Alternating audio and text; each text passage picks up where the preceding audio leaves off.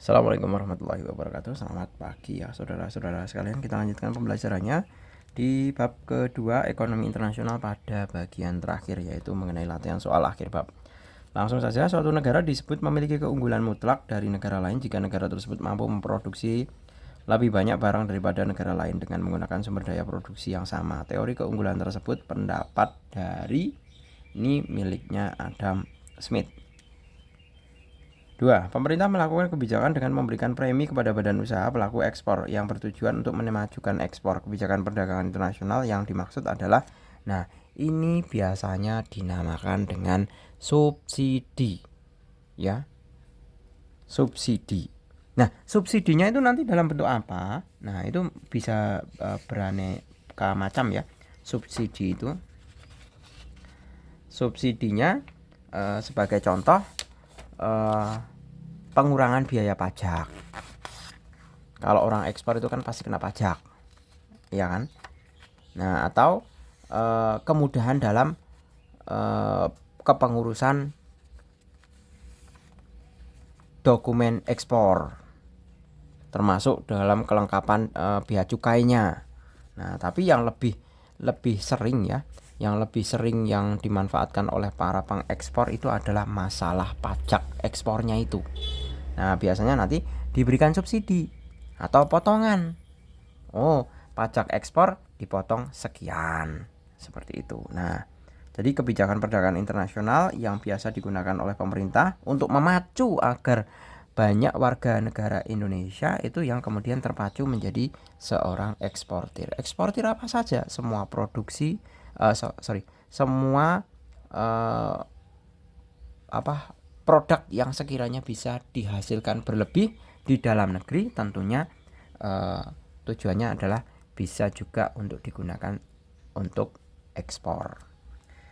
Lanjut ke yang nomor ketiga. Commercial Bills of Exchange adalah surat yang ditulis oleh penjual atau eksportir yang berisi perintah kepada pembeli untuk membayar sejumlah uang pada tanggal jatuh tempo pada masa datang. Nah, ini berupa surat yang harus membayar itu dinamakan apa? Dinamakan wesel, ya. Surat perintah melakukan pembayaran itu dinamakan wesel. Lanjut ke nomor 4. Transaksi-transaksi yang dicatat dalam neraca jasa ditunjukkan oleh nomor, ini neraca jasa ya. Perusahaan luar negeri melakukan pembelian saham, bukan. Perusahaan dalam negeri melakukan ekspor bahan mentah, ini juga bukan juga ya. Indonesia memperoleh hasil pariwisata, nah ini jasa. Wisatawan Indonesia membayar transportasi ke negara lain, jasa. Bantuan sosial, jasa. Berarti 3, 4, 5. 5. Apabila suatu negara mengalami kekurangan cadangan devisa, kebijakan yang tepat untuk mengatasi permasalahan tersebut adalah kekurangan cadangan devisa. Caranya adalah berarti tentunya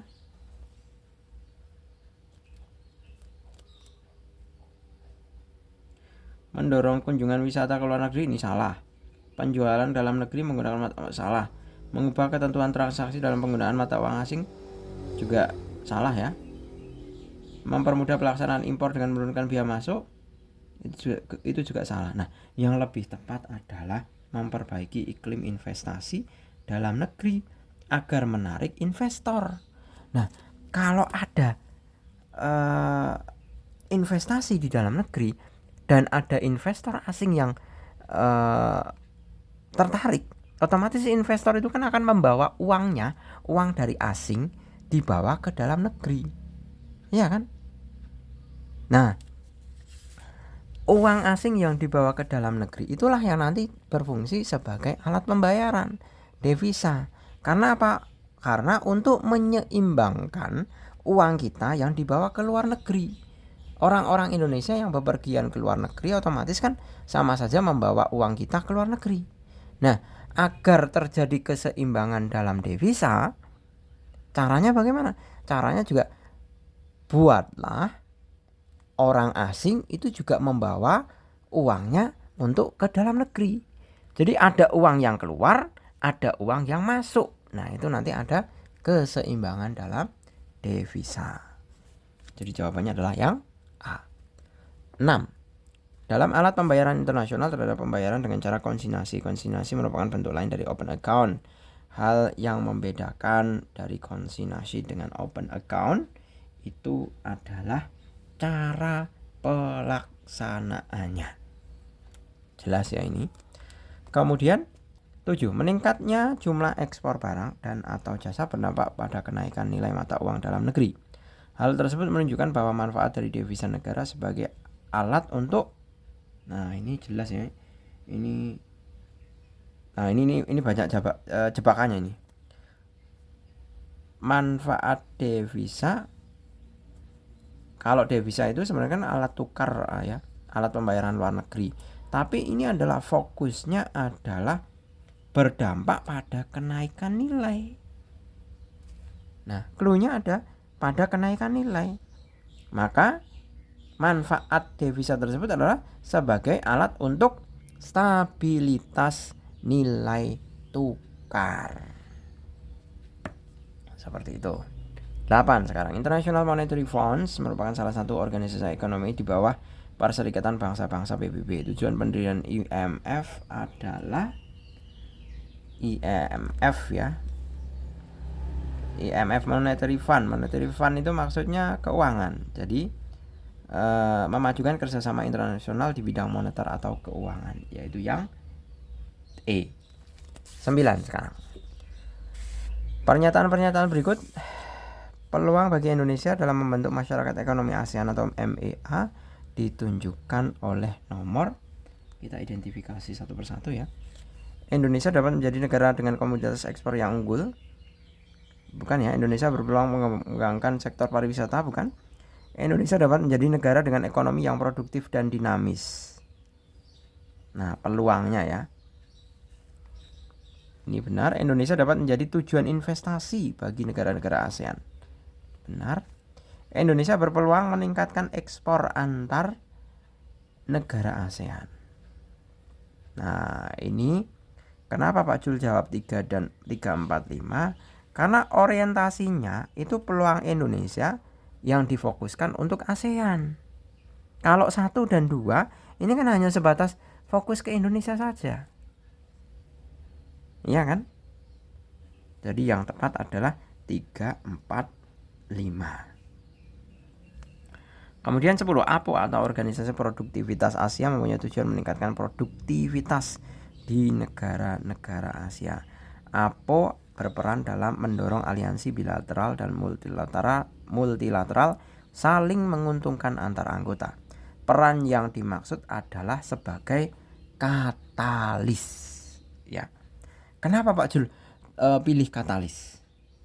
Karena pengertian kalau katalis di dalam kimia ya, itu adalah suatu senyawa yang ditambahkan di dalam sebuah proses reaksi, tapi di akhir reaksi ditemukan kembali dan dia tidak ikut bereaksi. Dia hanya bersifat untuk mempercepat reaksi atau memacu reaksi itu cepat berlangsung selesai. Nah, ini juga sama fungsi dari Organisasi Produktivitas Asia ini. Apakah dia juga ikut dalam proses aliansi bilateral dan multilateral, atau misalkan contohnya perdagangan gitu aja. Apakah APO ikut berdagang? Kan tidak. Yang berdagang itu kan negara-negara anggota-anggota APO. Nah, itulah yang dinamakan sebagai katalis. Dia tidak ikut kegiatan ya. Tapi dia mampu untuk istilahnya itu mengawal dari awal kegiatan sampai dengan akhir. Nah, itu yang dimaksud dengan katalis. Lanjut kan yang nomor 1. Jelaskan faktor-faktor penghambat perdagangan internasional. Gampang ya. Kalau penghambat perdagangan internasional itu adalah negara tidak aman. Negara tidak aman. Kemudian kebijakan masing-masing, kebijakan ekonomi masing-masing negara.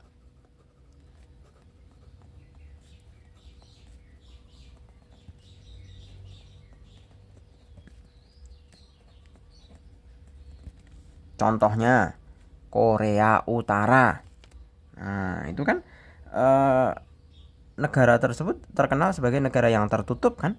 Nah, nggak tahu masalah perdagangan internasionalnya kan tidak setiap negara bisa berdagang langsung dengan Korea Utara. Korea Utara itu sangat selektif sekali dalam hal berdagang. Dia hanya orientasi lebihnya ke yang apa mayoritas ya, teman dagangnya Korea Utara itu Rusia dengan Tiongkok.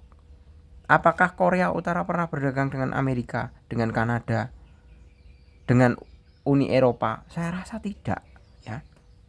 Nah, ini merupakan salah satu contoh kebijakan ekonomi masing-masing negara yang dilakukan oleh pemerintahannya.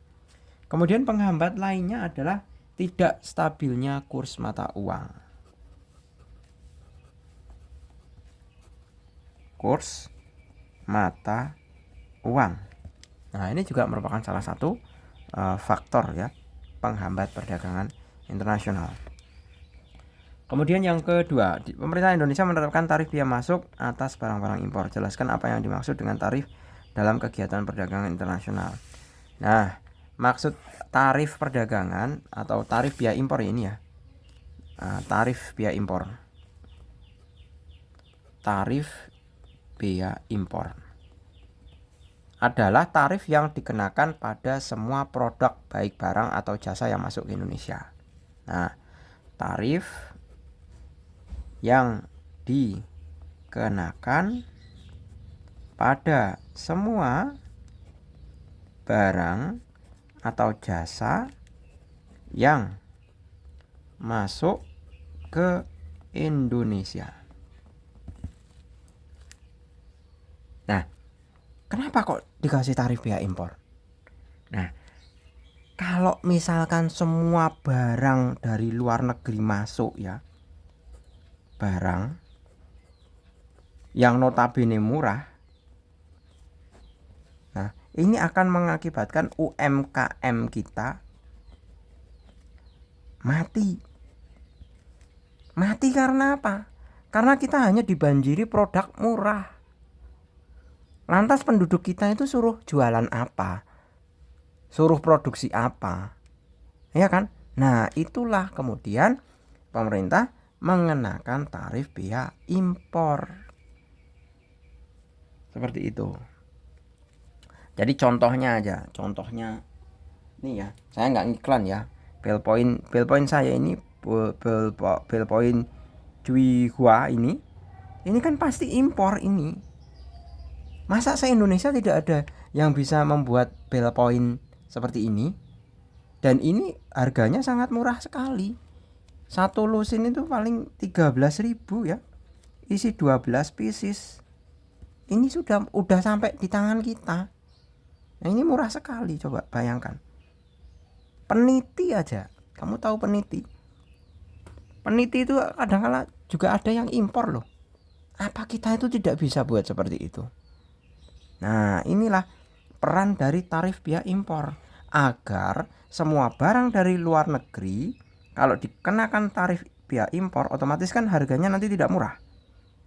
Kalau barang nanti ditambah tarif, harapannya kan sedikit lebih mahal. Nah, dalam artian apa? UMKM-nya nanti tetap jalan seperti itu. Jadi kalau misalkan barang dari luar negeri tidak sangat murah sekali atau sedikit mahal, otomatis kan UMKM kita juga punya inisiatif. Itu impor saja mahal. Kalau misalkan saya jual dengan kualitas yang lebih baik dengan harga yang sama, nah tentunya kan UMKM jadi jalan. UMKM jalan menyerap tenaga kerja. Tenaga kerja banyak sehingga ekonomi tumbuh. Nah, seperti itu contohnya. Kemudian yang ketiga, neraca pembayaran suatu negara akan bermasalah ketika neraca pembayaran mengalami defisit. Tuliskan langkah-langkah kebijakan ekonomi makro untuk mengatasi defisit neraca pembayaran ya. Jadi langkah-langkahnya biar tidak defisit itu diantaranya adalah mengusahakan pertumbuhan ekonomi. Mengusahakan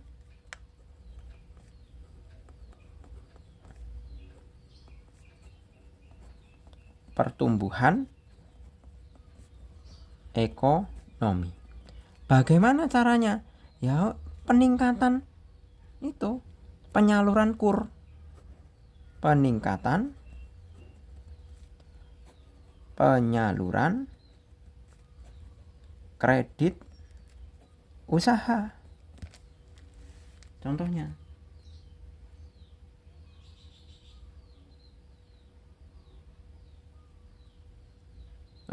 ini skalanya yang diminta makro kok ya. Sorry. Ini skalanya makro, bukan. Kalau kredit usaha itu nanti skalanya mikro ya. Sorry. Bukan. Ini tolong jangan ditulis yang ini. Kalau ini benar. Mengusahakan pertumbuhan ekonomi itu benar. Soalnya yang diminta itu adalah skala makro. Kalau ini kan skala mikro. Kemudian menghindari inflasi.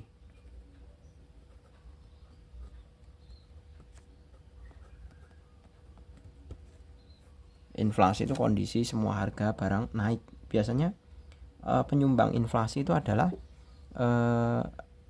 makanan-makanan yang potensial atau bisa dikatakan seperti halnya sembako itu loh. Beras, minyak goreng, kemudian lombok, bahkan lombok ya, cabai ya.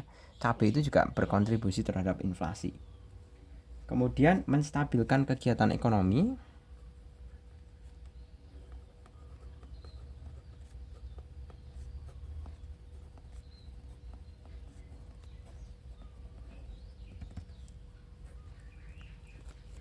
Kemudian menstabilkan kurs valuta asing.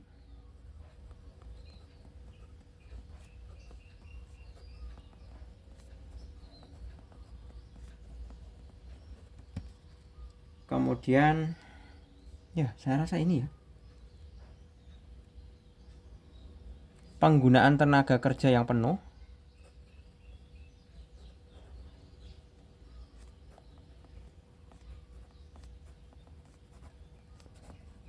Full time.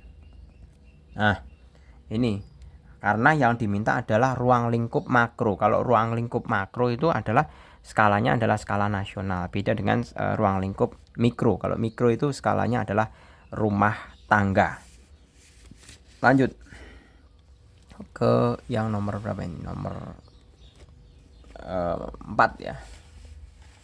Itu nomor 4. Elsa ingin berlibur ke Malaysia selama 1 minggu bersama teman-temannya. Dirinya ingin menukarkan uang rupiah sebanyak 25 juta ke dalam mata uang ringgit. Apabila diketahui kurs jual 1 ringgit 4.000, kurs belinya 3.000, dan kurs tengah 1 ringgit Malaysia itu 3.750.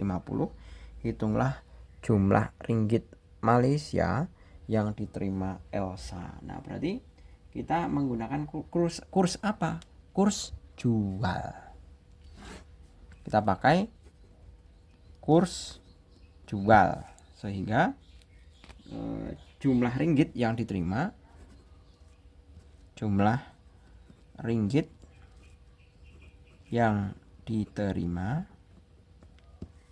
adalah 25 juta. 25 juta dibagi kurs jualnya. Kurs jualnya ada 4.000. Coret. Nah, hasilnya adalah 6.250 RM. RM itu maksudnya ringgit Malaysia ya. Kemudian yang kelima, ada beragam jenis kerjasama ekonomi internasional. Salah satunya adalah kerjasama ekonomi bilateral. Menurut pendapat Anda, apa yang dimaksud dengan kerjasama ekonomi bilateral? Tuliskan 2 contoh kerjasama ekonomi bilateral yang dilaksanakan oleh Indonesia. Nah, ini kata clue-nya adalah bilateral ya. Nah, kerjasama ekonomi bilateral itu adalah kerjasama yang dilakukan oleh 2 negara saja.